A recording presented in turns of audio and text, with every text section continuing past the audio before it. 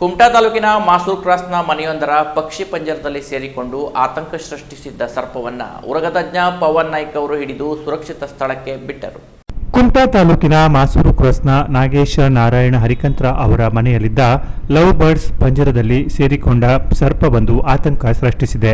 ಪಕ್ಷಿಗಳ ಚೀರಾಟ ಕೇಳಿ ಹೊರಬಂದ ಕುಟುಂಬಸ್ಥರು ಪಂಜರದಲ್ಲಿ ಸರ್ಪವನ್ನ ನೋಡಿ ಹೌಹಾರಿದ್ದಾರೆ.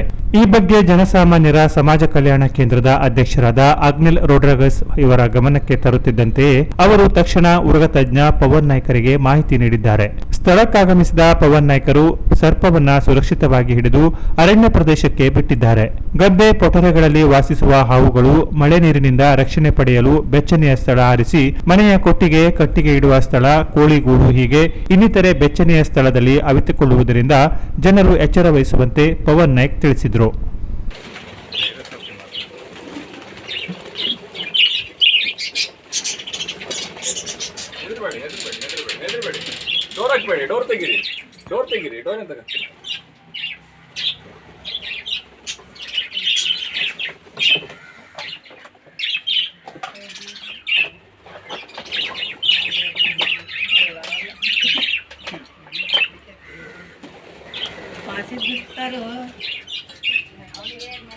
ಡಬ್ಬಿಗೆ ಹೋಲ್ಗಿಲ್ಲ ಅಂತಿಲ್ಲ, ಡಬ್ಬಿ ಹೋಲ್ ಅಂತಿಲ್ಲಲ್ಲ,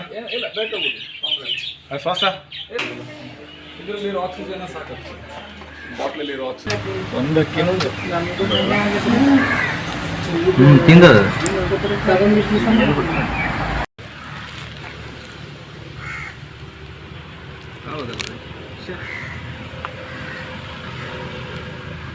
ಅದಕ್ಕೆ ಏನಾಗ್ತದೆ ಹೆದರಿಕೆಗೆ. ಈಗ ಅದು ಫಾಸ್ಟ್ ಹೋಗ್ಬೇಕಲ್ಲ ತಪ್ಪಿಸ್ಕೊಂಡು,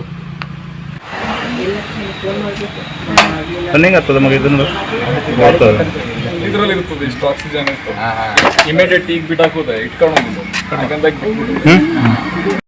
ಈ ಸಂದರ್ಭದಲ್ಲಿ ಸಾಮಾಜಿಕ ಕಾರ್ಯಕರ್ತ ಸುಧಾಕರ್ ನಾಯ್ಕ್ ಇದ್ದರು. Canara plus news, Kumta.